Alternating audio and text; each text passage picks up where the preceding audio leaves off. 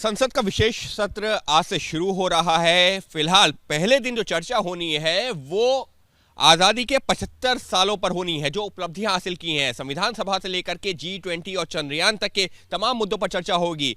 विपक्ष इसको कैसे देख रहा है? हमारे साथ में मौजूद हैं बसपा के सांसद मलूक नागर जी। मलूक जी, विशेष सत्र जिसको लेकर के कई तरह की बातें हो रही थी, एजेंडा सामने नहीं आया, एजेंडा भी सामने आ गया और आज जो चर्चा होनी है वो आज़ादी के 75 वर्ष पर, कैसे देखते हैं इसको? देखिए, ये जो पिछले दिनों चर्चाएं और अफवाहें पूरी गर्म थी, क्या होगा कैसे होगा, तो जो 4 बिल आए थे वो तो हैं ही हैं। और कल का जो रात को जो हम लोगों को एजेंडा आया कि आज पार्लियामेंट में क्या होना है, तो उसमें पिछले 75 साल पे चर्चा होनी है। असली बात तो अब आएगा मज़ा।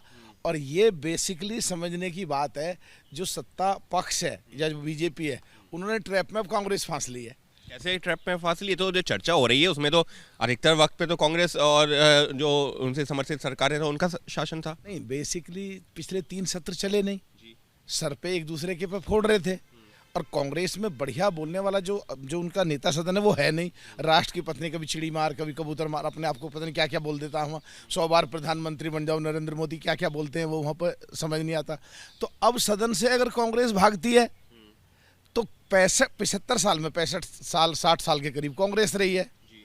और 9 साल अब ये, और 1 साल पहले अटल बिहारी जी करीब, तो 10 साल जो आज सत्ता पक्ष से ये रही है।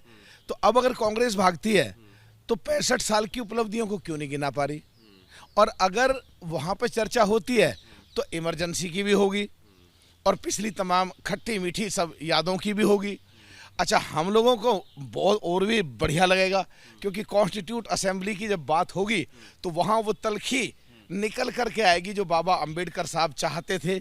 जैसे जब संविधान लिखा जा रहा था और संविधान को फाइनल दे रहे थे, तो बाबा साहब ने कॉन्स्टिट्यूट असेंबली में खड़े होकर के कहा कि पहले चुनाव कराओ और जो चुनाव जीत करके लोग आए और जब संविधान लिखो।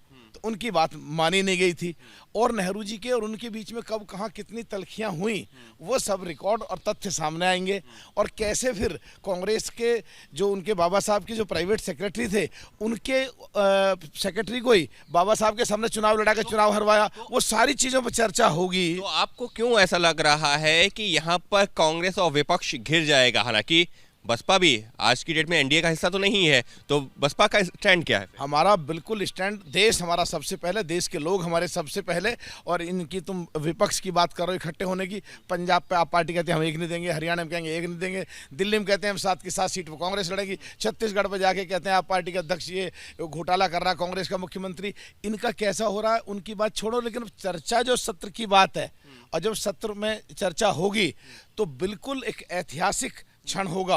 आप लोगों का क्या रुख रहेगा? अगर आप बोलेंगे क्या इस पे, और क्या रुख रहेगा? हमारा रुख रहेगा कि कॉन्स्टिट्यूट असेंबली से लेकर के अब तक किस किस सरकार की कब कब कहाँ क्या क्या खामियां रहीं, और दलितों के लिए और पिछड़ों के लिए कब उपेक्षित रहे, या केवल ये टेलीविज़न और बोलने के ही रहे। असलियत में क्या किया देश की पहली सरकारों ने और इस पिछले 9 साल की सरकार ने भी, उसको बिल्कुल एक एक चीज़ को, परत को बिल्कुल साफ करके सदन में बिल्कुल बढ़िया तरीके से रखेंगे, जैसे हम रखते आए हैं। कि पिछले दिनों दलितों के लिए रिजर्वेशन कितना था, पिछड़ों के लिए रिजर्वेशन कितना था 68-70 साल में, उनमें कितनी रिक्ति, जो उनके जो पद थे वो कितने खाली रहे, कितने भरे गए, किस सरकार में कितने पद खाली रहे, कितने भरे रहे, आरक्षण पर किसने क्या किया, आगे इसने 9 साल में क्या किया, अभी आने वाले समय में क्या कर रखे, सब पे रखेंगे। हमारे लिए तो बहुत ही बढ़िया बात है और ऐतिहासिक क्षण रहेगा, खासकर 2 चीज़ को ध्यान में रखें।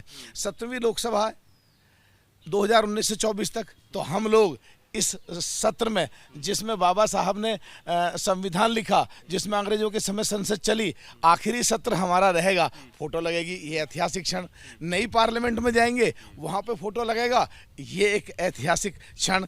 पिछला पूरा और अगले में शुरुआत, तो बढ़िया लगेगा। पर मुझे एक चीज़ का लगता है कि ये चर्चा आज हो जाएगी, 4 बिल जो वो भी फटाफट 2-2 घंटे में लग के ख़त्म हो जाएंगे। बाकी 2 दिन में क्या होने वाला है, और रैंडम अचानक क्या एक ऐसा जोरदार चीज आने वाली है देश के सामने जो सबको एकदम झटका लगेगा और सब अलझे रह जाएंगे। आपको लग रहा है कि कुछ ऐसा आ सकता है? मुझे तो बिल्कुल लग रहा है पिछली घटनाओं को देख के कि कुछ ना कुछ नया जरूर आने वाला है। कुछ ना कुछ नया जरूर आने वाला है। 4 बिल जो ऑलरेडी लिस्टेड है वो तो जो जल्द ही पास हो जाएंगे, कहना है मलूक नागर साहब का, लेकिन कोई ऐसा बिल जरूर आएगा जो लोगों को अचंभित करेगा। क्या होगा वो, उसको लेकर के जरूर जो है एक संशय बना हुआ है। लेकिन साफ तौर पर ये जो चर्चा होगी आज, जो दिन भर जो है संसद के दोनों सदनों में होगी, उस पर बसपा का रुख यही होगा कि जो अच्छाइयां हुई हैं उनका तो जिक्र करे ही, लेकिन पिछले 75 सालों के दौरान जो खामियां रही हैं अलग अलग सरकारों के दौरान, जो जो मुद्दे उठे हैं उनका भी जिक्र किया जाए। और मलूक नागर साहब का तो ये भी मानना है कि कांग्रेस समेत जो तमाम विपक्षी पार्टियां हैं वो आज बैकफुट पर भी नजर आ सकती हैं। सहयोगी कैमरा पर्सन अजीत के साथ अंकित गुप्ता, एबीपी न्यूज, दिल्ली।